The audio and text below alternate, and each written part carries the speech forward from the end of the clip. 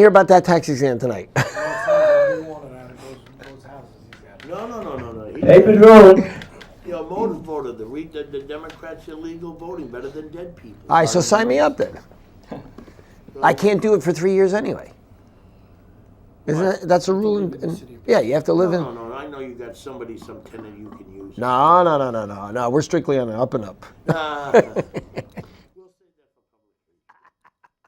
I hope this isn't on my.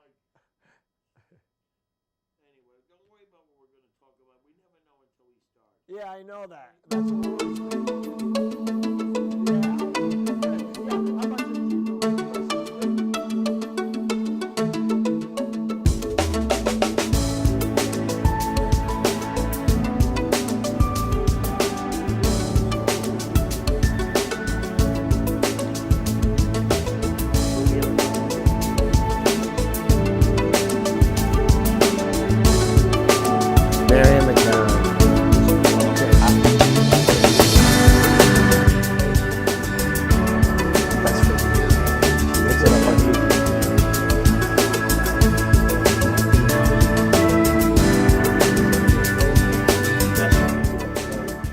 Good evening, ladies and gentlemen.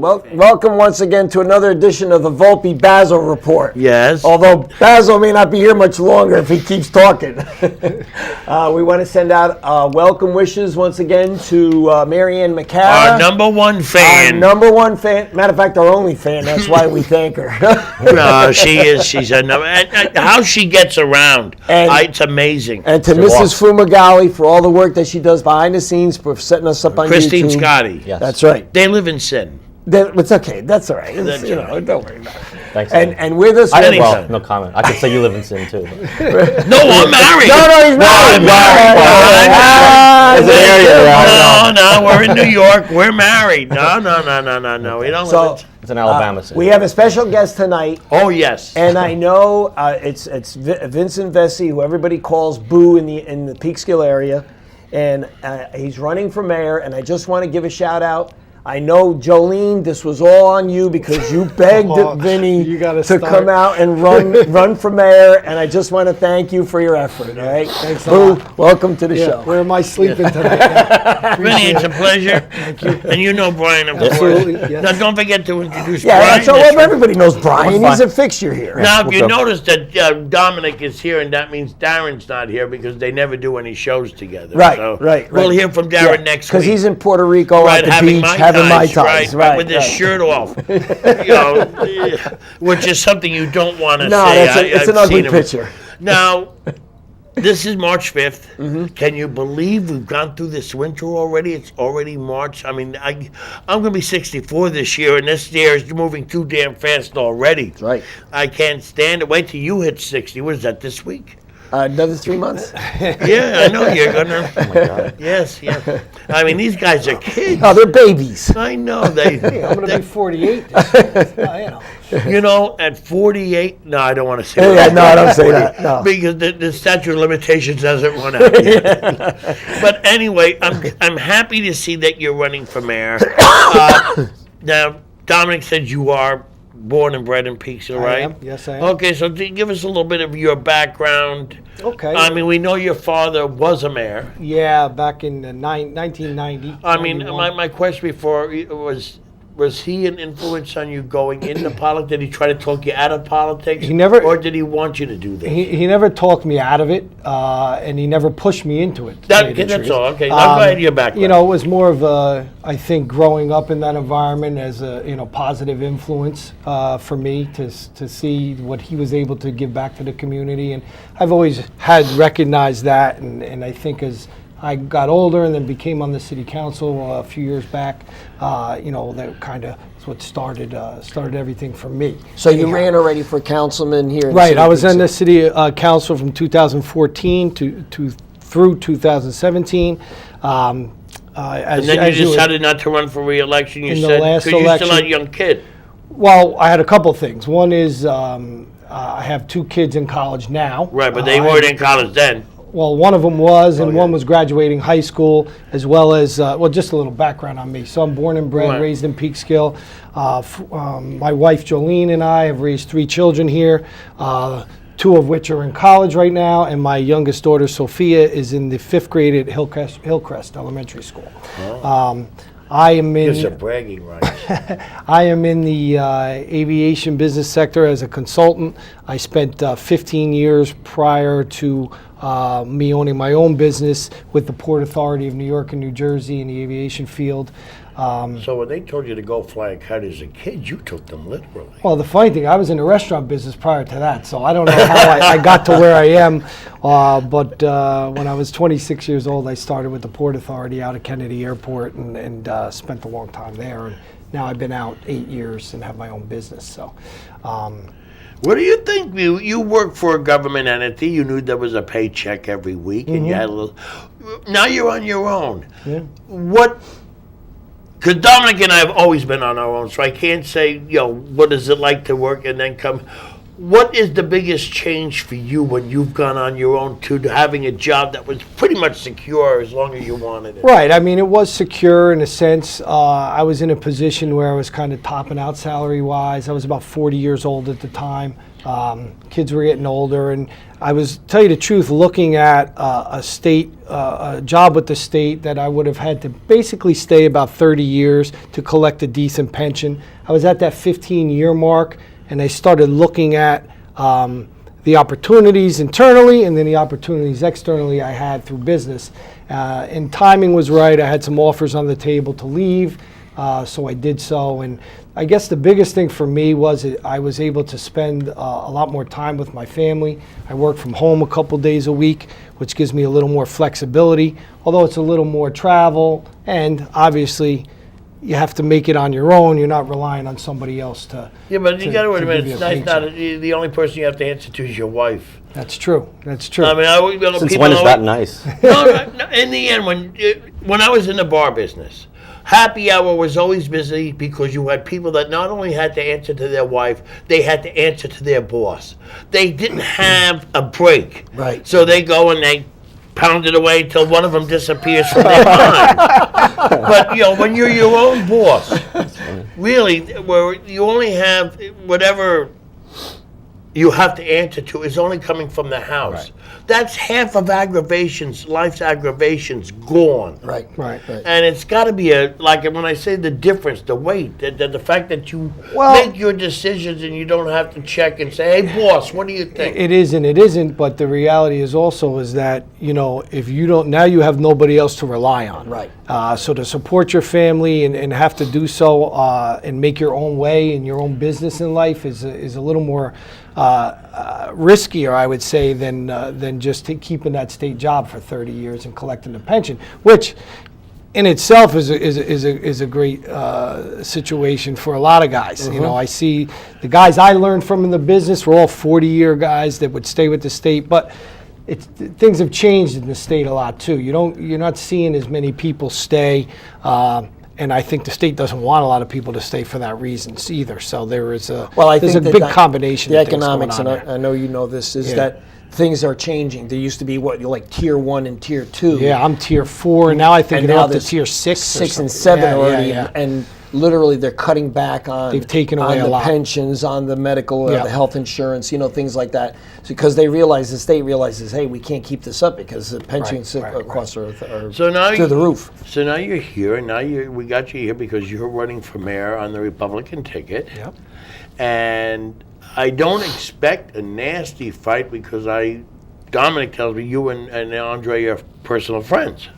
Well, I spent 2 years on the council Well, with besides that, Andre, but you and- were our friends. Well, I didn't know him prior to him being on the Oh, I council. thought. No. I mean, I know he's done a lot of good in the community, and we got along well. That's Listen, this is the thing about the city of Peekskill and the community we live in, right? And this is why this whole Republican Democrat thing on a national level and everybody gets so involved in social media and everything gets a little crazy. But when we draw it down to the city of Peekskill and local politics, we're talking about our friends, our neighbors, our brothers, or sisters. Listen, Dominic and I are a perfect example. He's a Democrat, I'm a Republican. His brother was the best man at my wedding. He's godfather to my kids. We're like family. but we don't categorize each other as a Republican and a Well, Democrat. when Dominic it was comes at to my different wedding. things. He knows I was the only conservative at my wedding. Oh no, Brian was there. I'm sorry. Yeah, I was taking photographs. At that You were working. yeah, You was I put you to really? work. Was I really there? That's why you brought him. I mean, It's you're the looking reason. at a wedding. You're Exactly. looking at a gay wedding, and Tommy and I were the only gay people at our own gay wedding, and I was the only really conservative. Was Everybody Michael else was Grace all there? Democrats. Right. Everybody else was Yeah, Democrats. why is that? I mean, you had all considered like. He has a million. That was all his friends. Yeah, well, what is that? I mean, how come? What But is that? listen, getting back to Andre. No. Andre, he grew up with my cousins. I'm best friends with his uncle, So it's not a situation where I think we have to, and in politics, and it's happened, obviously, in the last 10 years, we've seen some nasty politics in the city of Peekskill. Obviously, I don't anticipate that. I know Andre doesn't. Him and I have spoke. Shouldn't be a hate fest. Well, I'm saying because you've got two different characters running now. The characters of the people running are different now. Right. I don't see, and in the time I've seen you on the council, you are in a way the Democrats' worst nightmare. You don't scare them. You can actually give a Democrat voter in Peekskill a pause to say, he may be a Republican. I don't see him as a Republican. I just see him as a guy from Peekskill trying to make a decision that's good for you. You are a Democrat nightmare. You don't piss off Democrats. Well, I try not to piss off anybody. No, in you know what particular I'm Democrats, saying. But I understand what you're saying. And the reality is, like I said, yes. You so were I never was, partisan. I was born into a Republican family, but that doesn't mean that when I look at an issue, I look at it as a Democrat or Republican issue. I look at it, we always say, there's no, and Frank used to say this all the time, right? There's no Republican Democrat garbage. There's no Republican Democrat fire department or police department or water department. So I think on local issues, and we're not solving the world's problems here. We're trying to take care of our own community, and I think that's really the big difference. As And my that's how I always- ex-editor will tell you, I wrote that many times. Locally, Republican and Democrat is really meaningless because there's no printing press in the bottom of City Hall. You all got to balance the budget at the end of the year. That's right. And I think you'll see a stark contrast in the way in which I will go about things, in the way in which Andre may go about things. So there'll be a very, I think, a robust comparison that can be made, and the people of City of Peekskill will make their decision as we go through the process. There's nothing wrong with having different approaches to the way you do things. He has a certain way, Andre will have a certain way, and there's nothing wrong with that. And it's up to the people then to let the person. And I think more people have to take that into effect and take that when they're looking at these issues. That even when I was on the city council, there's some fights that go back a long way in the city in the political realm, and there's a lot of people that are still around that are still fighting those fights. And I think guys like myself and guys like Andre and some of my running mates are newer to the community, not here for 60 years, they're here for 20 years. And Lauren Brady, who's running with me, is a long-standing family. Who was on your ticket? Just to do a quick aside. Lauren Brady, who works here at the Chamber of Commerce, and whose dad actually was a city councilman, but Lauren is years back. But Lauren is very well known in the community and very involved. She runs the This Is Me Foundation with her sisters and has a lot of community involvement. Louis Segarra, who's the owner of Crescent Companies right here on Main Street, who does a lot of work within the minority community for minority and diversified businesses throughout the state. He ran the last time unsuccessfully, but is looking to get more Very involved. tough to win the first time around. It's not an easy trick. And then a friend of mine who I've known for the last 5 or 6 years, Marlon Mahan, who lives up in Forest View with his wife and daughter, and is an IT consultant and professional, who I think once the community gets to know who he is, they're going to really see somebody that could do the job. So. Now, being that the Democrat to Republican ratio in Peekskill is really lopsided, how tough do you think fundraising is going to be to mount any kind of campaign. You need mailers. You really have to spend a lot. Besides knocking on doors, it is a cash-intensive, money-intensive thing because you don't have really a big local paper that's a daily, and there's not a local TV station that can cover you like you get on statewide races. Right. Well, fundraising is very important, obviously, for any race, locally or otherwise. You're right. I think we're 3-1 to Democrat to Republican in this community, although, so there's 6,700 Democrats, 1,900 Republicans, but you have 2,000 nons. You have about 400 to 500 independents, and so narrows the gap. Yeah, and I anticipate being on more than one line, which I've been working on. So I'll probably be on 2 to 3 lines with the team.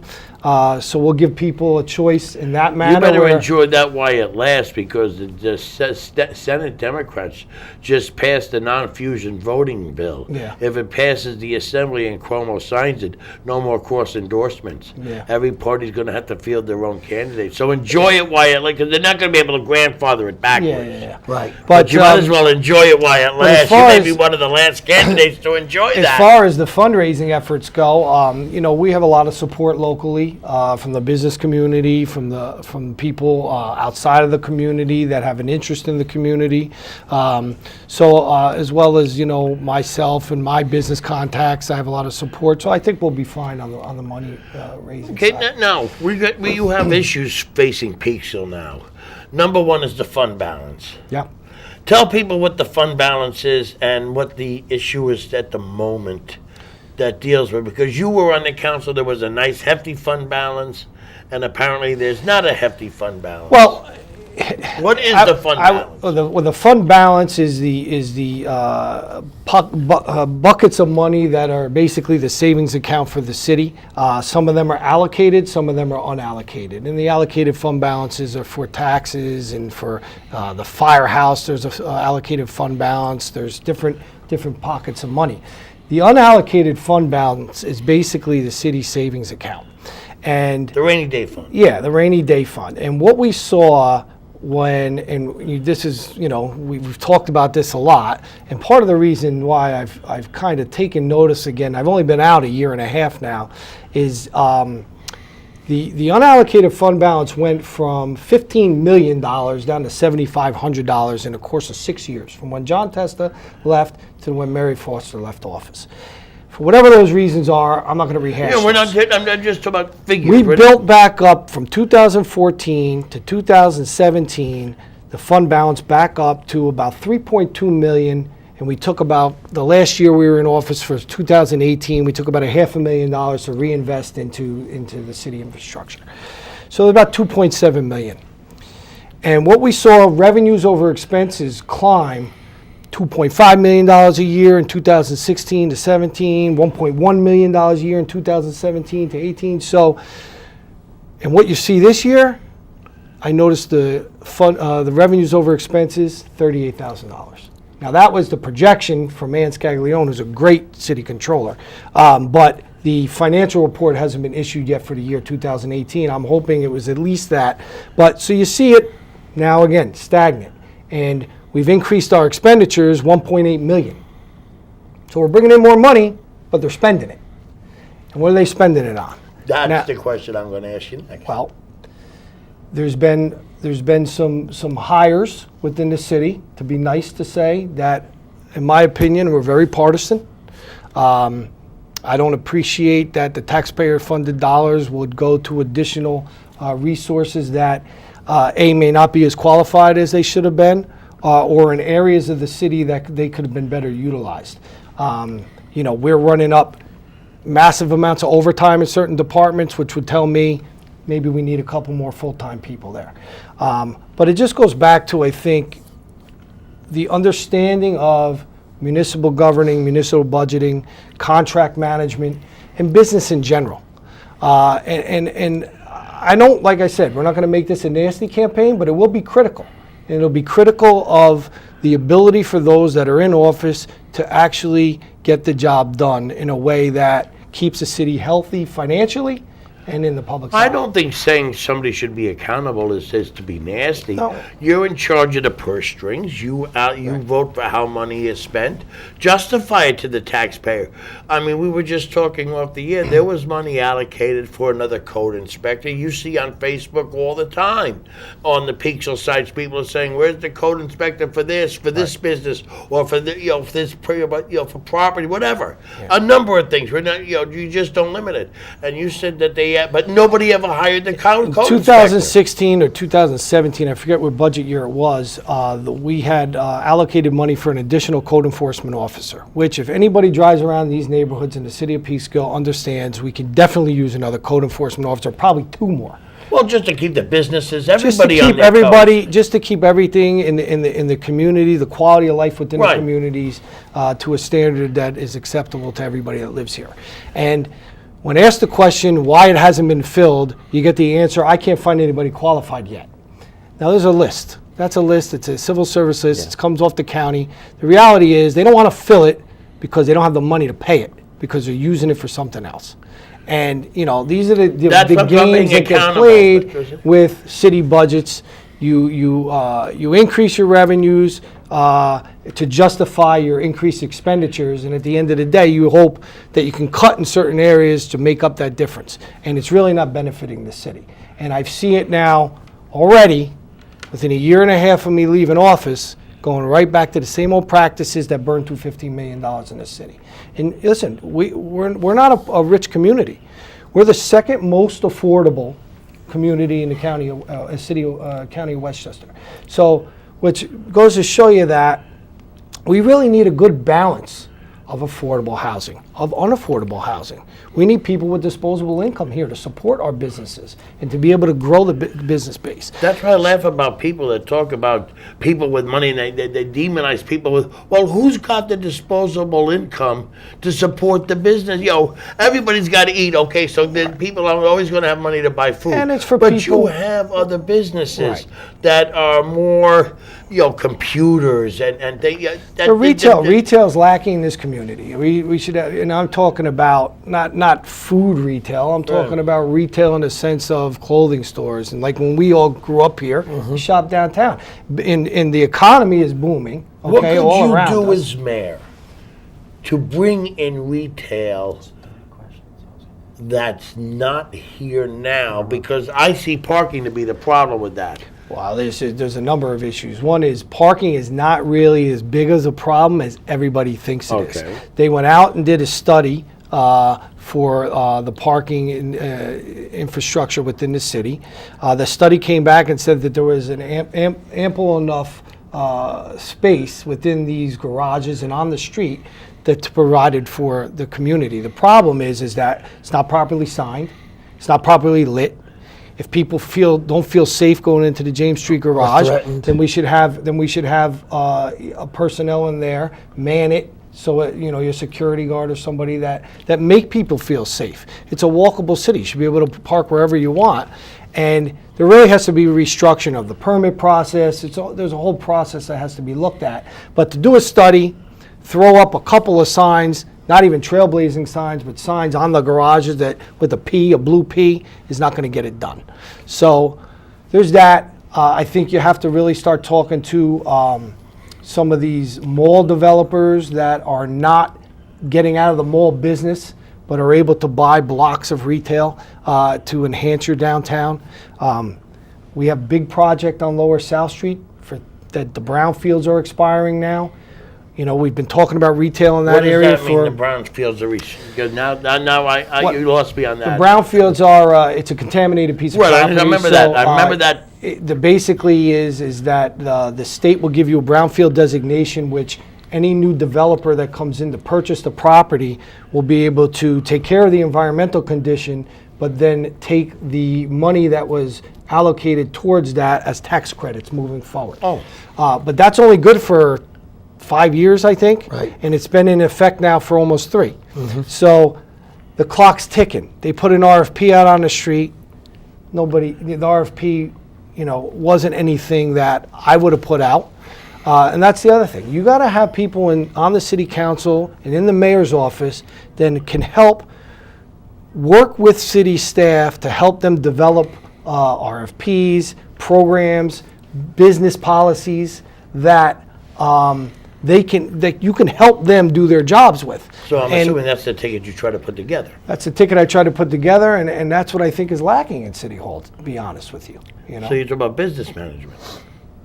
Which is to what a they certain say in a degree. lot of towns, what they say statewide, they say is that you need somebody that, there's nobody, you got people that don't understand business.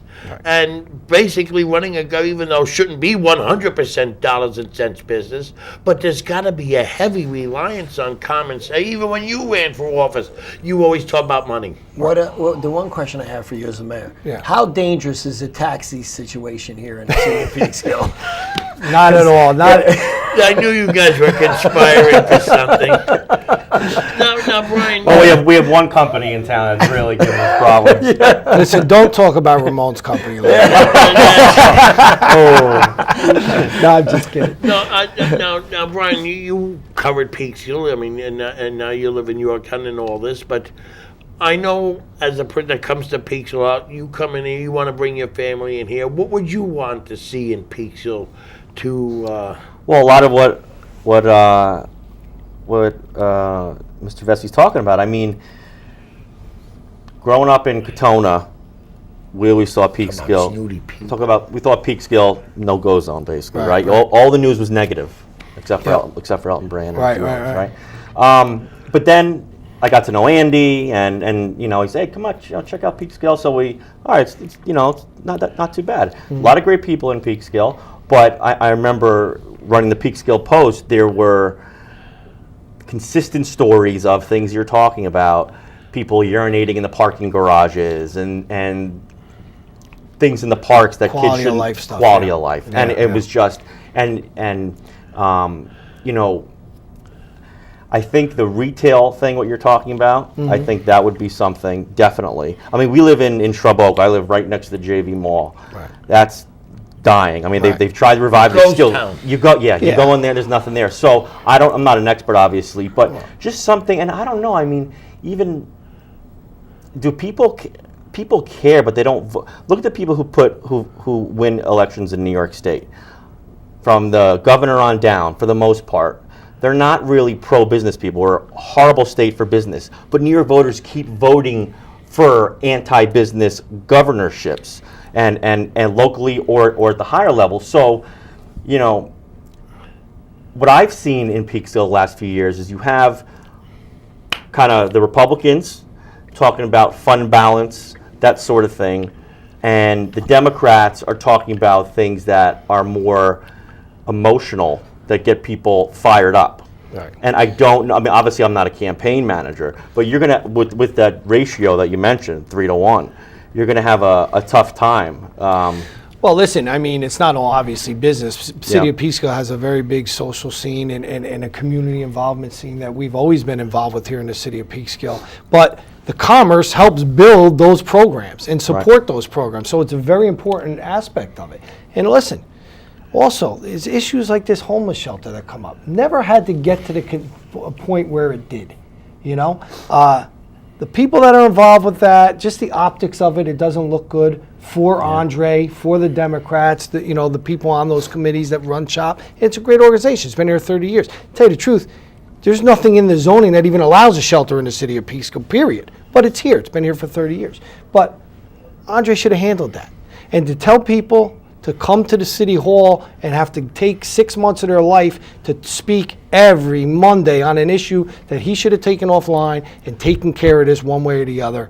It's just an indication of you don't really understand how to take care of things. You could from say that afar about on- Dunbar Heights. Well, from afar on social I media, just saw a Another post thing. on Facebook. Shop in Dunbar 4 Heights. months now, Yeah. Dunbar Heights. It's unacceptable. And the City of People, Peekskill. Democrats are upset about that too. Well, listen, Yeah, of but how much course. Yeah. could the politicians in Peekskill do? Isn't that a state issue? No, it's a federal issue. Okay. But the City of Peekskill Housing Authority, which is appointed by the City Council, has direct oversight over that. It should have never gotten to that. The people on that board, there's a lot of good people on that board, and there's some people that tell you the truth. I'd replace in a heartbeat.